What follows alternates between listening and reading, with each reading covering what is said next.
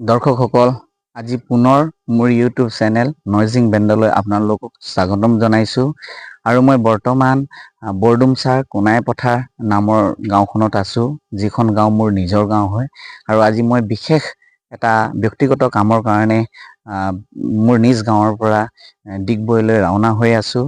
আৰু এই ডিগবৈলৈ যোৱা পথত কিছুমান বিশেষ আপোনালোকক জানিব লগা বা দেখিব লগা কিছুমান দৃশ্য বা ঠাই আছে। গতিকে এই ঠাইখিনি মই নিৰন্তৰভাৱে আপোনালোকক দেখুৱাই যাম।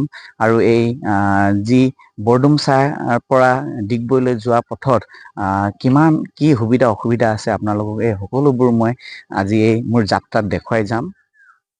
দৰ্শকসকল, পোনপ্ৰথমেই মোৰ নিশ্চয় কাষত থকা এখনি ধাননি পথাৰ মই আপোনালোকক দেখুৱাই আছোঁ। খুব মনোমোহা দৃশ্য এয়া। ইয়াত ৰোৱনীসকলে ৰুই আছে আৰু খেতি পথাৰৰ কাম খুব চলি আছে। আৰু মোৰ আজি এই যাত্ৰাৰ পথত মোৰ লগৰী হিচাপে মোৰ বাইকখন আছে। আৰু এই বাইকখন মই আৰু অলপ সময়ৰ পাছতেই ষ্টাৰ্ট কৰিম আৰু ইয়াৰ পৰা আৰম্ভ কৰিম মোৰ এই যাত্ৰা ফ্ৰম কোনাই পথাৰ টু ডিগবৈ। আৰু দৰ্শকসকল, এয়া মোৰ যাত্ৰাৰ আৰম্ভণি হ'লহি। মই আৰম্ভ কৰিলোঁ মোৰ যাত্ৰা। আৰু এই যাত্ৰাৰ পথত আপোনালোকে সহভাগী হৈ মোৰ ভিডিঅ'খিনি চাই থাকিব বুলি মই আশা কৰিছোঁ। দৰ্শকসকল, মোৰ যাত্ৰাৰ পথত পোৱা প্ৰথম স্কুলখন এয়া। এই স্কুলখন ২ নং কোনাই পথাৰত অৱস্থিত। এই স্কুলখনৰ নাম ST ষ্টেনলছ স্কুল। এই স্কুলখন দুমহলীয়া আৰু যথেষ্ট ঠাই আছে এই স্কুলখনত। যথেষ্ট উন্নত স্কুলখন। এয়া মই আপোনালোকক দেখুৱাই আছোঁ ইয়াৰ ভিজুৱেলখিনি। খুব ভাল স্কুল এইখন। এইখন স্কুল ইংলিছ মিডিয়ামৰ স্কুল এইখন। ইয়াৰ পাছত পুনৰ মোৰ যাত্ৰা আৰম্ভ হ'ল। মই বৰ্তমান গৈ আছোঁ কুজু পথাৰ গাঁৱৰ মাজেদি। আৰু এয়া খুব ধুনীয়া দৃশ্য, প্ৰাকৃতিক সৌন্দৰ্যৰে ভৰপূৰ দৃশ্য।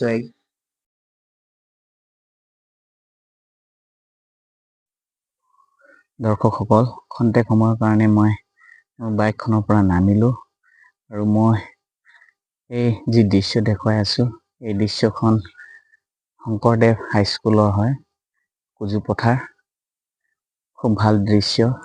কুজু পথাৰত এই হাইস্কুলখন অৱস্থিত।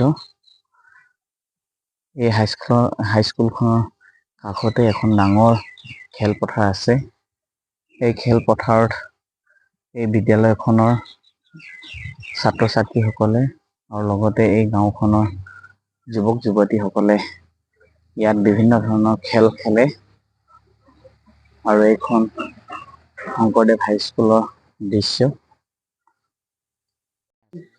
শংকৰদেৱ হাইস্কুল পাৰ হোৱাৰ লগে লগে মই দলং এখন পালোঁ। এই দলংখন পূৰ্বৰ তুলনাত বৰ্তমান বহুত ভাল।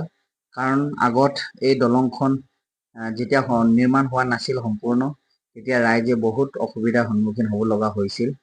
কিন্তু বৰ্তমান খুব ভালকৈ নিৰ্মিত হোৱাৰ বাবে ৰাইজে যথেষ্ট সকাহ পাইছে। সঁচাকৈ খুব মনোমোহা দৃশ্য এয়া। আপোনালোকক মই দুয়ো কাষত থকা মোৰ দৃশ্যখিনি মই দেখুৱাইছোঁ।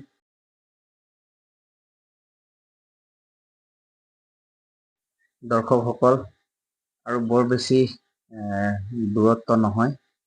এতিয়া মই যি ৰাস্তা দি গৈ আছোঁ, এই ৰাস্তাটো আপোনালোকে জানে ভিতৰুৱা অঞ্চলৰ ৰাস্তা। এই ৰাস্তাটো শেষ হোৱাৰ লগে লগে মই বৰডুমচাৰ পৰা ডিগবৈলৈ যোৱা এই ৰাষ্ট্ৰীয় ঘাইপথখন পামহি। গতিকে এই ৰাস্তাখনো নিৰ্মাণ হোৱা বৰ বেছি দিন হোৱা নাই। সঁচাকৈ আগতকৈ বহুত ভাল হৈ পৰিছে এই ৰাস্তাখিনি। গতিকে দৰ্শকসকল, আৰু খন্তেক সময়ৰ পাছতেই এই ৰাস্তাটো সামৰণি হ'ব আৰু পুনৰ এই বৰডুমচাৰ পৰা ডিগবৈলৈ যোৱা ৰাস্তাখন ওলাবহি। এয়া ওলাইছে আমি বৰডুমচাৰ পৰা ডিগবৈলৈ যোৱা ৰাস্তাখন। দৰ্শকসকল, এতিয়াহে মই আৰম্ভ কৰিছোঁ বৰডুমচাৰ পৰা ডিগবৈলৈ যোৱা এই ৰাস্তা। যিখন ৰাস্তা ঠিক কঁঠালগুৰিৰ পৰা মই আৰম্ভ কৰিছোঁ। কঁঠালগুৰিৰ যি ডিব্ৰুজান দলং আছিল সেই দলংখন পাৰ হৈয়ে মই এই ৰাস্তাখনৰ দৃশ্য আপোনালোকক দেখুৱাই আছো। দৃশ্যখন খুব মনোমোহা। দৃশ্যখন আপোনালোকে চাই যাওক। মোৰ বাওঁ দুয়ো কাষত গছ বননি হাবিয়ে ভৰপূৰ। এইখন ফৰেষ্ট হয়। এই ফৰেষ্টখন ঠিক ডিব্ৰুজান দলঙৰ পৰা আৰম্ভ কৰি প্ৰায় 1 কিলোমিটাৰ আছে অম্বিকাপুৰ নামৰ গাঁওখনলৈকে। এই দৃশ্যখন এনেকুৱা।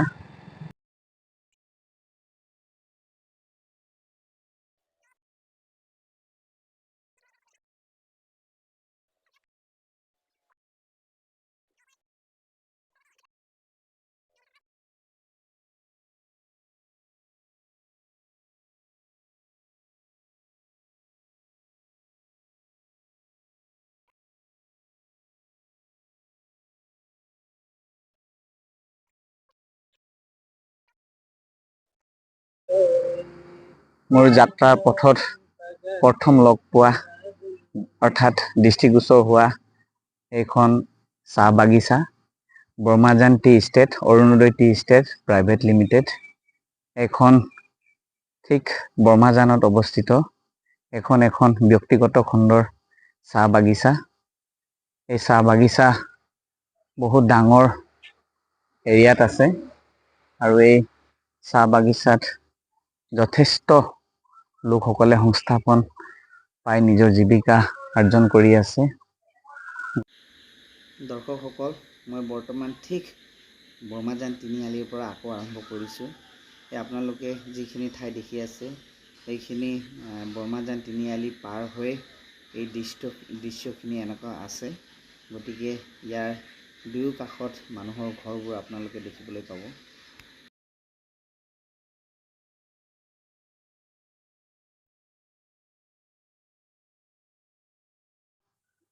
বৰ্মাজান তিনিআলি পাৰ হৈয়ে ঠিক তাৰ প্ৰায় 500 মিটাৰ মানৰ পাছত মই এখনি নামঘৰ দেখিলোঁ আৰু এই নামঘৰৰ দৃশ্যসমূহ এনেধৰণৰ।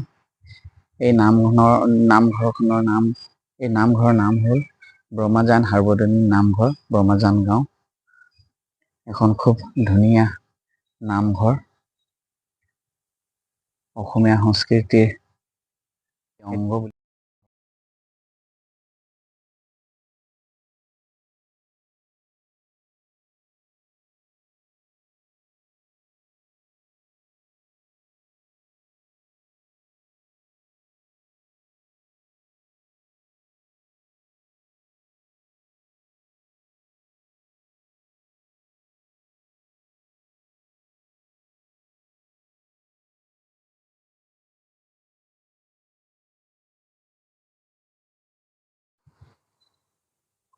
দৰ্শকসকল, পেঙেৰি চাৰিআলি আহিয়ে মই আকৌ এটা নামঘৰ দেখি পালোহি।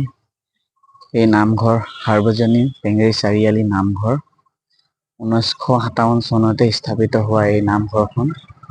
এই নামঘৰখন খুব উন্নত, খুব ধুনীয়াকৈ নিৰ্মাণ কৰা হৈছে এই নামঘৰখন। ইয়াৰ ঠাইখিনি বা ইয়াৰ পৰিসৰ বহুত বেছি। গতিকে এয়া সাৰ্বজনীন পেঙেৰি চাৰিআলি নামঘৰ।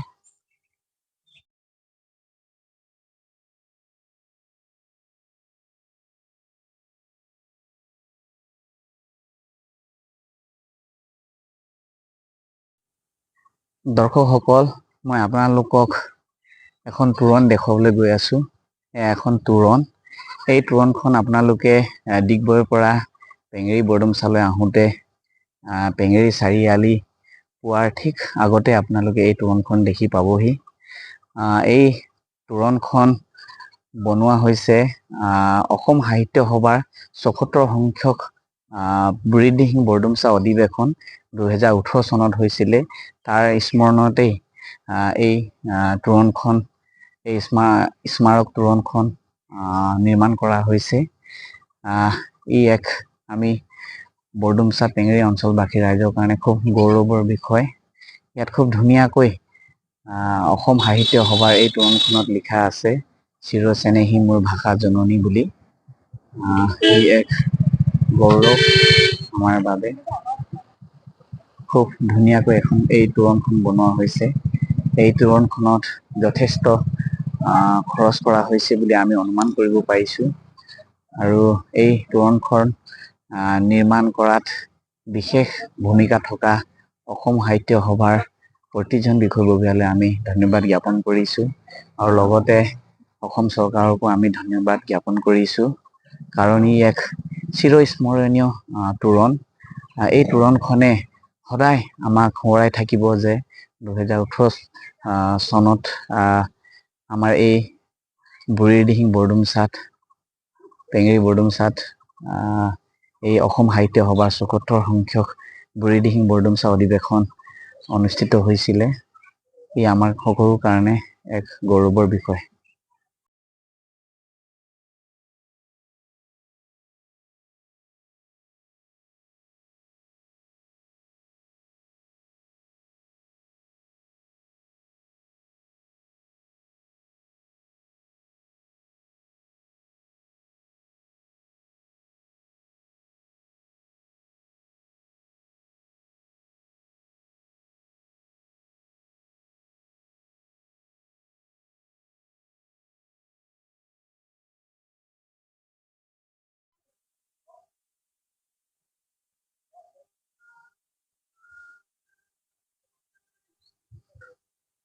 দৰ্শকসকল, আজিলৈ মোৰ বৰডুমচাৰ পৰা ডিগবৈলৈ যি যাত্ৰা আছিলে সেই যাত্ৰা মই ইমানতে সামৰণি মাৰিছোঁ। আৰু আপোনালোকক পুনৰ লগ পোৱা আশাৰে আজিলৈ এই মোৰ ভ্লগ ইমানতে সামৰণি মাৰি আপোনালোকৰ পৰা বিদায় লৈছোঁ। ধন্যবাদ।